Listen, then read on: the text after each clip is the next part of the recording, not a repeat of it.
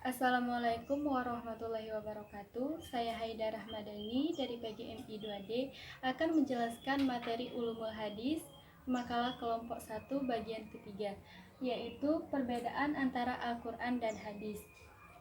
Perbedaan antara Al-Quran dan Hadis dapat kita lihat dari beberapa segi. Yang pertama yaitu dari segi pengertian.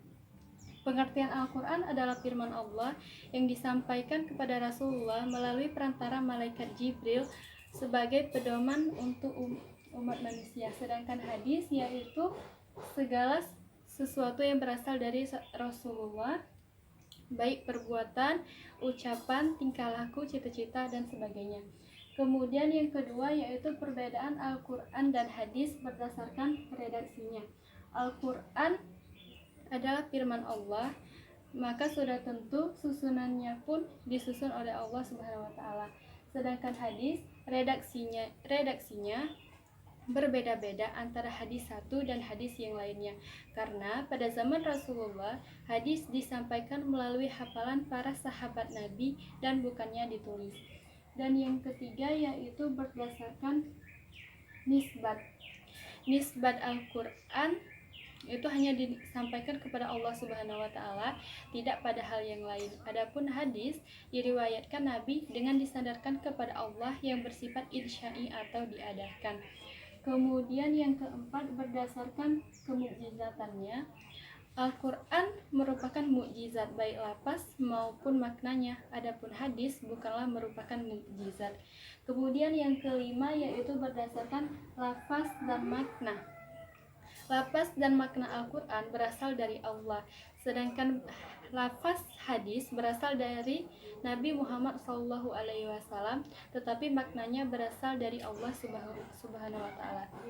Kemudian yang keenam, perbedaan berdasarkan nilai membacanya. Al-Quran sebagai kitab umat muslim wajib dibaca pada saat sholat fardu atau sholat wajib maupun macam-macam sholat sunnah lainnya. Kemudian hadis membacanya tidaklah dinilai sebagai ibadah dan dilarang untuk dibaca ketika sholat. Kemudian perbedaan Al-Quran dan hadis berdasarkan kepastian isinya. Berdasarkan kepastian isi, seluruh isi Al-Quran bersifat mutlak karena dinukil secara mutawatir. Sedangkan hadis, kepastian isinya tidaklah mutlak karena perawi pada tiap tingkatan sanadnya, maka dari itu sering didapati hadis yang sifatnya sahih, hasan ataupun dhaif. Kemudian yang ke-8 yaitu berdasarkan tujuan dan fungsinya.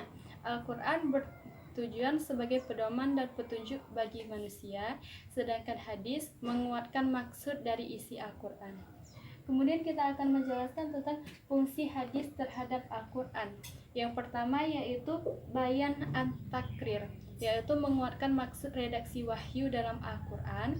Kemudian yang kedua, bayan an-tafsir, yaitu menjelaskan atau menafsirkan redaksi Al-Quran.